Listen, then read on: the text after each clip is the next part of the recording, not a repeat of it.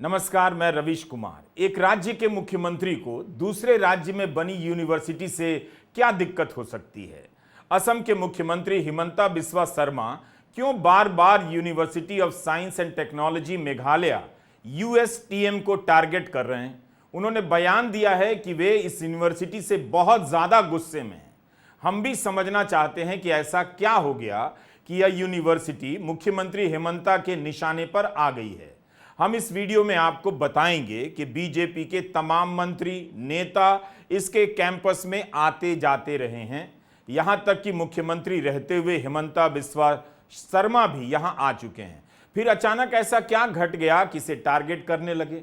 कह रहे हैं कि इसके छात्रों को असम सरकार की नौकरियों में प्राथमिकता नहीं दी जाएगी। यूनिवर्सिटी की गेट पर तीन तीन गुंबद है जो जिहाद की तरफ इशारा करती है, मुख्यमंत्री कह रहे हैं। मुख्यमंत्री इसके संस्थापक का नाम बार बार ले रहे हैं ताकि पता चले कि वह मुसलमान हैं। यह तस्वीर 29 नवंबर 2021 की है। मई 2021 में ही हिमंता बिस्वा शर्मा असम के मुख्यमंत्री बन गए थे। मैं तो सबसे पहले मुख्यमंत्री के कोट की तारीफ करना चाहूंगा। कितना सुंदर चेक पहना है उन्होंने, कितने खुश लग रहे हैं यूएसटीएम के चांसलर महबूबुल हक के साथ। कोई यकीन करेगा कि जो व्यक्ति जिहाद फैलाएगा उसके कैंपस में उसके साथ मुख्यमंत्री इतना सुंदर कोट पहनकर जाएंगे? आप किसी को पसंद करते हैं, उसी के हिसाब से तैयार होकर जाते हैं। हंसते हुए मुख्यमंत्री कितने हैंडसम और इंक्लूसिव लग रहे हैं। कोई नहीं कह सकता, कोई नहीं, नॉट इवन आई, कि नफरती बयानों से मुख्यमंत्री का कोई भी रिश्ता है। हिमंता के साथ वही महबूबुल हक हैं जिन्हें आजकल वे टारगेट कर रहे हैं। इस तस्वीर को देखकर कहीं से नहीं लग रहा कि इस यूनिवर्सिटी में फ्लड जिहाद चलाया जा रहा होगा। दोनों ही मुस्कुरा रहे हैं, बल्कि इस यूनिवर्सिटी के एक ब्लॉक का नाम श्रीमंता शंकरदेवा ब्लॉक रखा गया है। उसी का उद्घाटन करने मुख्यमंत्री हिमंता बिस्वा शर्मा यहां गए थे। यहां के सेंट्रल हॉल में उन्हें सम्मानित भी किया गया। अब सवाल है कि नवंबर 2021 से लेकर जुलाई अगस्त 2024 के बीच ऐसा क्या बदल गया कि मुख्यमंत्री शर्मा इस यूनिवर्सिटी को टारगेट करने लगे हैं? इसके संस्थापक महबूबुल हक को टारगेट कर रहे हैं। क्या इसके पीछे कुछ और वजह हो सकती है? कई बार हितों का टकराव कुछ स्तर पर हो जाता है कि सब कुछ सामने नहीं आ पाता। लोगों को पता होता है मगर वे भी समय का इंतजार करते हैं। आज ऐसा क्या हो गया कि मुख्यमंत्री हिमंता यूएसटीएम के पीछे पड़ गए? सार्वजनिक रूप से बयान दे रहे हैं कि यहां से पढ़ने वाले छात्रों को असम में नौकरी नहीं देंगे क्योंकि दूसरे राज्य का सर्टिफिकेट है उनके पास। गुवाहाटी से मात्र 4-4.5 किलोमीटर की दूरी पर यह यूनिवर्सिटी है। हाल ही में कर्नाटका में कांग्रेस सरकार एक प्रस्ताव लेकर आ गई कि नौकरियों में कन्नडिगा लोगों को आरक्षण मिलेगा। कितना बवाल हुआ।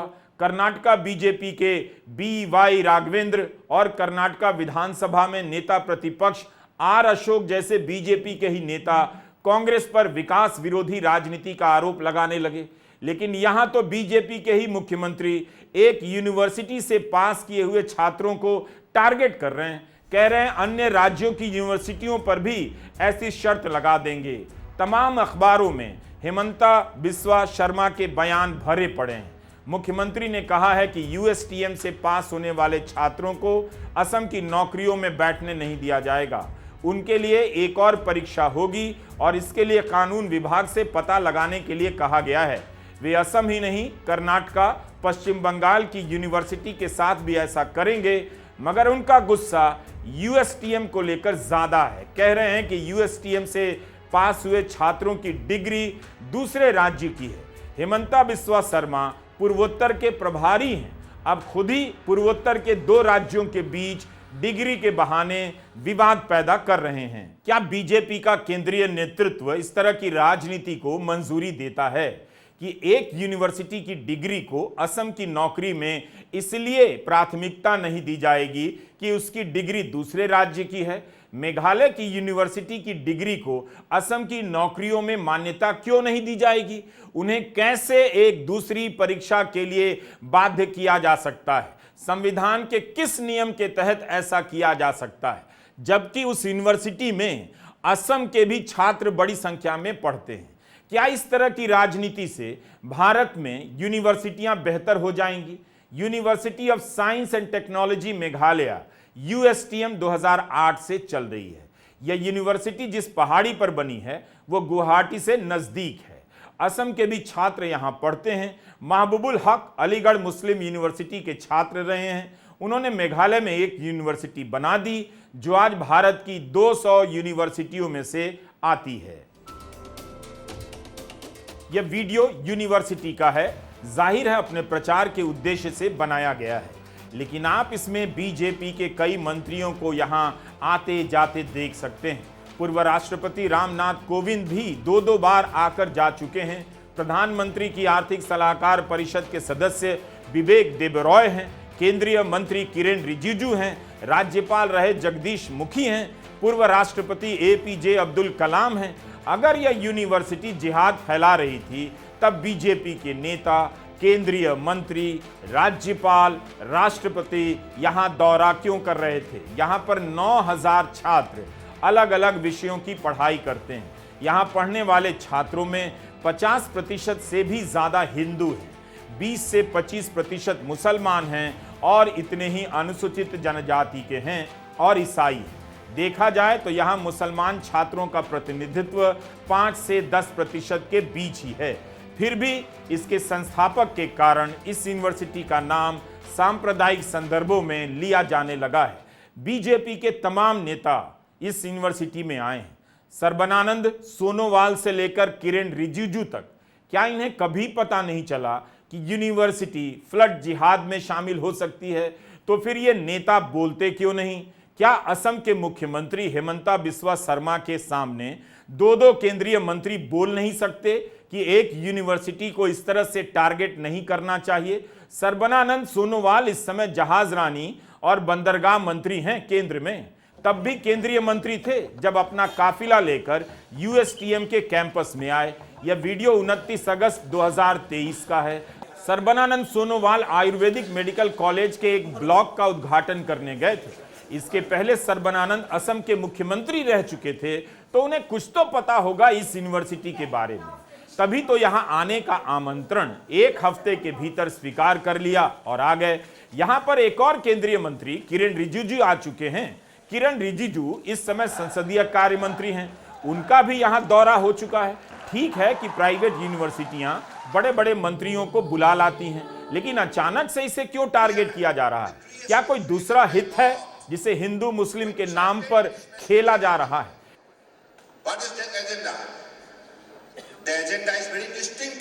इस पूरी यूनिवर्सिटी को फ्लड जिहाद से जोड़कर मुख्यमंत्री हिमंता बिस्वा ने एक खतरनाक पहल कर दी है और उससे भी ज्यादा केंद्रीय मंत्रियों की चुप्पी ने।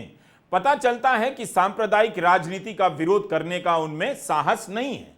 हिमंता बिस्वा शर्मा के सामने पूर्वोत्तर और असम के इन दिग्गज मंत्रियों की भी नहीं चलती है, वरना वे इसका खंडन तो कर सकते थे कि इस यूनिवर्सिटी में हम गए हैं, उसका किसी प्रकार की जिहाद से कोई संबंध नहीं। अब आप ये तस्वीर भी देखिए, विदेश मंत्री एस जयशंकर की है। विदेश मंत्री एस जयशंकर को यूएसटीएम की तरफ से न्योता दिया जा रहा है। यहां पर जयशंकर के पिता की याद में एक लेक्चर सीरीज शुरू की जा रही है। पहला के सुब्रमण्यम लेक्चर देने के लिए उन्हें बुलाया जा रहा है। यह तस्वीर उसी वक्त की है और यूनिवर्सिटी की वेबसाइट पर है। लेक्चर अभी नहीं हुआ है। क्या हिमंता बिस्वा शर्मा के बयान के बाद अब जयशंकर यहां नहीं आएंगे? इन तस्वीरों और वीडियो से यही तो पता चलता है कि बीजेपी के मंत्रियों का इस यूनिवर्सिटी के साथ नाता ताल्लुकात अच्छा रहा होगा। फिर अचानक ऐसा क्या हो गया कि मुख्यमंत्री हिमंता टारगेट करने लग गए और बाकी सारे मंत्री चुप हो गए? टारगेट करने के क्रम में मुख्यमंत्री एक यूनिवर्सिटी को जिहाद से जोड़ रहे हैं। यह बहुत खतरनाक है। प्रधानमंत्री मोदी किसके संतुष्टिकरण के लिए इस तरह के तुष्टिकरण को बर्दाश्त करते हैं? क्या हिमंता का एक यूनिवर्सिटी को टारगेट करना, उसके संस्थापक का नाम लेकर टारगेट करना, पता चले कि महबूबुल हक कौन है, यह तुष्टिकरण नहीं है? किसी को तो संतुष्ट करने के लिए यहां पढ़ने वाले 9000 छात्रों के भविष्य से खिलवाड़ किया जा रहा है, जबकि यहां ज्यादातर हिंदू छात्र हैं। और हिंदू छात्र नहीं भी होते तो भी क्या यह आधार हो सकता है कि इस तरह से किसी यूनिवर्सिटी को आप टारगेट करें? मुख्यमंत्री हिमंता कैसे कह सकते हैं कि यहां पढ़ने वाले छात्रों को असम में नौकरी नहीं दी जाएगी और उन्हें अलग से परीक्षा देनी होगी, जबकि इसमें असम के भी छात्र बड़ी संख्या में पढ़ते हैं। यहां पढ़ाने वाले शिक्षक सभी समुदायों के, कई शिक्षकों ने पेटेंट कराए हैं, उनमें हिंदू ही ज्यादा नजर आते हैं। इसकी वेबसाइट पर आप भी जाकर देखिए कितनी विविधता है। इसके वाइस चांसलर का नाम गौरी दत्त शर्मा है, जो अपने संदेश में विवेकानंद को उद्धृत करते हैं कि अगर शिक्षा की पहचान सूचना से है तो लाइब्रेरी महान संत है और इंसाइक्लोपीडिया ऋषि, यह सब वेबसाइट पर मिलेगा। इस यूनिवर्सिटी की सलाहकार परिषद में हिंदू, मुस्लिम, ईसाई सबका प्रतिनिधित्व है। इसमें यूजीसी के 3 पूर्व अध्यक्ष हैं, बॉम्बे यूनिवर्सिटी के पूर्व वाइस चांसलर हैं। यहां भूपेन हजारिका की जयंती और पुण्यतिथि मनाई जाती है। प्रोफेसर BK दास यहां के प्रो वीसी हैं। नैक ने इसे 4 पॉइंट स्केल पर 3.07 CGPA के साथ A ग्रेड में रखा है। इसी अगस्त में 2024 में NIRF की रैंकिंग आई है। इसमें चोटी की 200 यूनिवर्सिटियों में से इसे स्थान मिला है, 151 के आसपास। पूरे उत्तर पूर्व की यह अकेली प्राइवेट यूनिवर्सिटी है जिसने लगातार तीसरी बार ऐसी रैंकिंग हासिल की है। यह सब कितना दुखद है। लव जिहाद या फ्लड जिहाद की बोगस राजनीति ने हम सबको इस स्तर पर ला दिया है। बेशक पहाड़ों का काटा जाना, जंगलों का काटना बाढ़ और भूस्खलन का कारण है, उससे कोई इनकार नहीं कर सकता, लेकिन जिस तरह से एक यूनिवर्सिटी को टारगेट किया जा रहा है वह विचित्र है। मुख्यमंत्री हेमंता शर्मा अगर पहाड़ों के काटे जाने, जंगलों को काटे जाने से विचलित हैं, चिंतित हैं, तो उन्हें बताना चाहिए कि अब तक ऐसी कितनी सरकारी परियोजनाओं की उन्होंने समीक्षा की है और रोक दिया है। स्थानीय वेब पोर्टल न्यूज नाउ के रिपोर्टर शाह आलम ने मुख्यमंत्री से मंडकाटा क्षेत्र में पहाड़ की कटाई पर सवाल पूछ दिया तो हेमंता बिस्वा उससे उसका नाम पूछने लग गए। जब शाह आलम ने अपना नाम बताया तो पत्रकार और यूनिवर्सिटी के संस्थापक महबूबुल हक को जोड़ने लग गए। कहने लग गए कि तुम लोग शाह आलम और USTM के महबूबुल हक, जिस तरह से आप लोगों ने हर चीज को जोड़ रखा है, क्या हम बच भी पाएंगे? मैं शाह आलम से पूछता हूं, क्या हम लंबे समय तक असम में बच भी पाएंगे? मैं चेहरे पर मुस्कुराहट के साथ पूछ रहा हूं। शाह आलम और महबूबुल हक को बताना होगा हम असम में रह पाएंगे या नहीं। कैसी कैसी बातें मुख्यमंत्री कर रहे हैं। गुवाहाटी प्रेस क्लब ने मुख्यमंत्री हेमंता बिस्वा शर्मा के इस बयान की निंदा की है। प्रेस क्लब ऑफ इंडिया ने भी गुवाहाटी प्रेस क्लब के बयान का समर्थन करते हुए ट्वीट किया है। गुवाहाटी प्रेस क्लब ने गहरी चिंता जताई है कि पत्रकारों द्वारा प्रेस वार्ता के दौरान पूछे जाने वाले सवालों पर राजनीतिक नेताओं द्वारा अपमानजनक प्रतिक्रिया देने की घटनाएं बढ़ती जा रही हैं। ताजा मामले में माननीय मुख्यमंत्री ने 21 अगस्त को प्रेस वार्ता के दौरान बिना किसी स्पष्ट प्रासंगिकता के एक पत्रकार की धार्मिक पहचान को संदर्भ में ला दिया। हम सभी राजनीतिक नेताओं से आग्रह करते हैं वे सुनिश्चित करें कि भविष्य में ऐसी घटनाएं दोबारा न हो और अपने पद के साथ साथ मीडिया की भूमिका के प्रति भी गरिमा दिखाएं।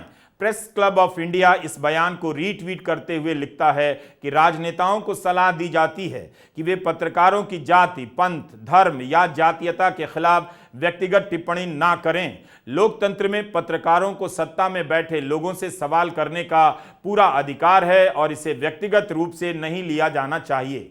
गुवाहाटी की पत्रकार अफरीदा हुसैन ने भी अपने एक्स हैंडल पर लिखा है, बड़े होते हुए मैंने कभी भी धर्म को अपनी अकेली पहचान नहीं बनने दिया। एक पत्रकार के रूप में भी मेरा मानना है कि हमारा कोई धर्म नहीं, मेरी परवरिश रूढ़ नहीं रही है। मैंने कभी एकल धार्मिक पहचान से खुद को परिभाषित नहीं होने दिया, लेकिन इन दिनों मुस्लिम पहचान को लेकर बढ़ता सामान्यीकरण और विषैलापन दिल तोड़ने वाला है। ये भावना पूरे समाज को नुकसान पहुंचाती है। मैं एक प्राउड असमिया हूं और एक प्राउड भारतीय हूं। मुख्यमंत्री हेमंता बिस्वा शर्मा ने पहली बार ऐसा बयान नहीं दिया। प्रधानमंत्री नरेंद्र मोदी ने कभी सार्वजनिक तौर पर उन्हें नहीं टोका। कि उनकी ये सब बातें संवैधानिक भावना के अनुरूप नहीं है। वे मुख्यमंत्री हैं। जिस तरह से मुख्यमंत्री यूनिवर्सिटी के गेट पर बनी गुंबद को लेकर टारगेट कर रहे हैं वो बहुत दुखद है। हमेशा की तरह प्रधानमंत्री चुप ही रहेंगे और एक दिन अचानक कह जाएंगे कि हम सभी को साथ लेकर चलने की राजनीति करते हैं, भेदभाव तुष्टीकरण कभी नहीं करते। लेकिन एक यूनिवर्सिटी को टारगेट किया जा रहा है। प्रधानमंत्री मोदी बता दें कि क्या ऐसा करना उचित है। हमने तुष्टीकरण की राजनीति बहुत देखी है। तुष्टीकरण की राजनीति ने के देश को टुकड़े टुकड़ों में बांट के रख दिया है। तुष्टीकरण की राजनीति ने सच्चे और ईमानदारों के हक को डुबोया है। जब इस धरती पर मुल्कों का नक्शा भी नहीं बना था तब से बाढ़ का इतिहास है। बाढ़ों का प्रकोप भयावह तब हुआ जब नदियों के रास्ते में मानव बस्तियां बस गईं, शहर बन गए और बांध बना दिए गए, पहाड़ काटे गए, जंगल गायब हो गए। असम के ही एक से एक एक्सपर्ट हैं जो ब्रह्मपुत्र नदी में बाढ़ आने को लेकर यह सब बताते हैं, किताबें लिख चुके हैं। मगर अब फ्लड जिहाद आ गया है क्योंकि आईटी सेल ने इसे जन्म दिया। यह टर्म सोशल मीडिया पर उठता है जिसे एक चैनल और आवाज देता है और इस साल प्रदेश के मुख्यमंत्री इसे वैधानिकता प्रदान करते हैं। जिस राज्य की जनता ने दशकों से बाढ़ देखा हो, झेला हो, क्या वो अपने सामान्य विवेक से भी ऐसी दलीलों को स्वीकार करेगी? मुख्यमंत्री हेमंता शर्मा बार बार फ्लड जिहाद का नाम क्यों ले रहे हैं? बाढ़ का पानी धर्म और जाति देखकर घरों और शहरों में नहीं घुसता है। क्या कोई तरीका है जानने का कि 5 अगस्त को गुवाहाटी में जो बाढ़ आई उस दिन पानी मुसलमानों के घर में नहीं गया? क्या हम सब ने मिलकर तय कर लिया है कि सोचने समझने की हर शक्ति को कोने कोने से खोज निकालेंगे और रगड़कर मिटा देंगे? क्या हम बिना दिमाग के जीने की जिद पर अड़ चुके हैं? मुख्यमंत्री ने एक बार नहीं कई बार कहा है और छपा है, कह रहे हैं और छपता जा रहा है। संवेदनशील प्रधानमंत्री चुप होकर यह सब देख रहे हैं। 5 अगस्त को गुवाहाटी में बाढ़ आई। पत्रकार रोकिबुज़-जमान ने स्क्रोल में रिपोर्ट किया है कि गुवाहाटी की स्मृति में यह सबसे खतरनाक जल जमाव था। 2 घंटे तक लगातार बारिश के कारण शहर डूब गया। गुवाहाटी में चारों तरफ पानी भर गया, उन इलाकों में भी जो उस पहाड़ी से दूसरी दिशा में थे जहां यूनिवर्सिटी बनी है। स्क्रोल की रिपोर्ट में असम के लोग सवाल कर रहे हैं कि एक तरफ से अगर पानी आ गया, मगर पानी तो पूरे शहर में था, तो दूसरी तरफ का हिस्सा कैसे डूबा? तो बजाय इन समस्याओं पर ध्यान देने के मुख्यमंत्री इसका कारण हिंदू बनाम मुस्लिम में खोज रहे हैं। आप स्क्रोल की रिपोर्ट पढ़ सकते हैं, 22 अगस्त को छपी है। 2022 में भी जब सिलचर में बाढ़ आई उस समय सोशल मीडिया में अफवाह उड़ाई गई कि मुस्लिम समुदाय ने बांध की दीवार तोड़ दी है जिससे बाढ़ आई। तब मुख्यमंत्री हेमंता शर्मा ने बयान दिया, बाढ़ प्राकृतिक आपदा नहीं है। मेधावी अरोड़ा और मार्को सिल्वा ने बीबीसी के लिए एक रिपोर्ट की है। हेडलाइन है कि बाढ़ के लिए मुसलमानों को दोषी ठहराना गलत है। इस रिपोर्ट में लिखा है कि मुस्लिम इलाके में बांध टूटा, लेकिन सिलचर में बाढ़ सिर्फ उसी वजह से नहीं आई। बाढ़ के अनेक कारण थे। इस अफवाह को किसने हवा दी? उन्हें गिरफ्तार करना चाहिए, लेकिन गिरफ्तार हो गया एक मजदूर नजीर हुसैन। उसी साल फ्लड जिहाद का इस्तेमाल हुआ आईटी सेल के जरिए सोशल मीडिया में। अब राज्य के मुख्यमंत्री फ्लड जिहाद का नाम ले रहे हैं। असम में 4000 किलोमीटर से ज्यादा के बांध हैं। बीबीसी की रिपोर्ट में एक आपदा विशेषज्ञ का बयान है कि बांधों की नियमित रिपेयर और रखरखाव ना होने के कारण बहुत बार दरारें पैदा हो जाती हैं। कई बार लोग बांध को इसलिए थोड़ा गिरा देते हैं ताकि बाढ़ का पानी निकल सके। सिलचर पुलिस ने इस बात से सहमति जताई थी। तो अपनी जवाबदेही से बचने के लिए सोशल मीडिया की अफवाहों का सहारा लिया जा रहा है, इशारों इशारों में मान्यता दी जा रही है। यही सब चल रहा है। असम को क्या हो गया है? क्या वहां के लोगों को पता नहीं कि बाढ़ की चपेट में हिंदू भी आते हैं, मुस्लिम भी आते हैं? क्या उन्हें पता नहीं कि असम में बाढ़ क्यों आती है, शहर में पानी क्यों भरता है? दिल्ली और गुरुग्राम में भी बारिश होते ही पानी जम जाता है। तो क्या यहां भी कोई फ्लड जिहाद चल रहा है, बारिश जिहाद चल रहा है? मुख्यमंत्री शर्मा ने गुवाहाटी में आई बाढ़ के लिए प्राइवेट यूनिवर्सिटी को जिम्मेदार ठहराया है। असम के मुख्यमंत्री ने कई तरह के जिहाद का आविष्कार किया है। अखबारों में आपको उनके नाम से कई प्रकार के जिहाद मिल जाएंगे। लैंड जिहाद, लव जिहाद, फर्टिलाइजर जिहाद, फ्लड जिहाद। कुछ 2-4 जिहाद मुझसे छूट गया हो तो खता के लिए माफी चाहता हूं। मालूम पड़ता है मुख्यमंत्री जिहाद खोजने के एक्सपर्ट हो गए हैं। उन्हें अब इन तमाम जिहाद को अपने नाम से पेटेंट करा लेना चाहिए। मुख्यमंत्री को जिहाद करने से अब कोई नहीं रोक सकता है। लेकिन 2020 में जब यूपीएससी का रिजल्ट आया तो उसमें सफल मुस्लिम उम्मीदवारों को लेकर एक चैनल ने यूपीएससी जिहाद नाम से प्रोग्राम बना दिया। मामला सुप्रीम कोर्ट तक गया और सुप्रीम कोर्ट ने नफरती माना, एंकर को भी फटकार लगाई। लेकिन हेमंता के मामले में सुप्रीम कोर्ट से उम्मीद करनी चाहिए या नहीं, यह मैं आपके ऊपर छोड़ता हूं। वैसे गृहमंत्री अमित शाह भी झारखंड में लव और लैंड जिहाद का आरोप लगाने लगे। जब उद्योगपतियों को जमीनें दी जाती हैं, लोगों को उजाड़ दिया जाता है, गोलियां तक चल जाती हैं, तब उसे कोई जिहाद का नाम नहीं दिया जाता। कोई नहीं कहता कि यह लैंड जिहाद है उद्योगपतियों का। किसी भी चीज को जिहाद से जोड़ देने की एक सीमा होती है। ऑल्ट न्यूज के सह संस्थापक मोहम्मद जुबैर का एक किस्सा बताता हूं। जगदीश सिंह नाम के एक व्यक्ति ने जुबैर को जिहादी बोल दिया। अब दिल्ली हाई कोर्ट ने जगदीश से कहा है कि वह माफीनामा जारी करे और 2 महीने तक ट्विटर से उसे नहीं हटाए। कोर्ट ने यह भी बताया है कि माफीनामे में लिखना क्या है, यह बताया है और वे लिखेंगे कि मैं ऊपर किए कमेंट पर पछतावा महसूस कर रहा हूं। यह कमेंट मैंने किसी दुर्भावना या जुबैर को दुख पहुंचाने के इरादे से नहीं किया था। जगदीश सिंह के इस पोस्ट के कारण जुबैर के खिलाफ एफआईआर हो गई थी। दिल्ली हाई कोर्ट ने पुलिस को फटकार लगाई है कि जुबैर के खिलाफ हेट स्पीच देने वाले जगदीश सिंह के खिलाफ कोई कार्रवाई क्यों नहीं हुई। क्या कभी कोई अदालत प्रधानमंत्री मोदी से इस तरह पूछ पाएगी कि आपने जिहाद की बकवास राजनीति के लिए अपने ही गृहमंत्री और राज्य के मुख्यमंत्री को क्यों नहीं टोका? क्या कभी असम के मुख्यमंत्री हिमंता बिस्वा शर्मा के साथ ऐसा हो पाएगा? गृहमंत्री अमित शाह के साथ ऐसा हो सकता है कि वे जिहाद की राजनीति से किनारा कर लें?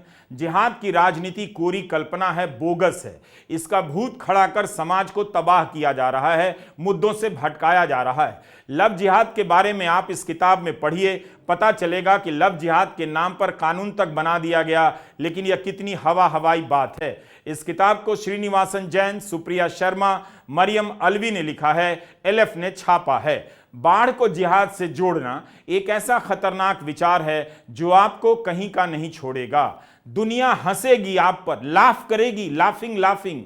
हमने वायनाड के एपिसोड में आपको बताया था, प्रकृति की चेतावनी को नजरअंदाज करने के नतीजे खतरनाक हो सकते हैं। इसी राजनीति के बीच भारत पाकिस्तान के बीच सिंधु जल समझौता भी एक मिसाल है। शिकायतें होती रहती हैं दोनों तरफ से, लेकिन पानी की धारा मोड़कर तबाह कर देने की कोशिश कभी नहीं हुई।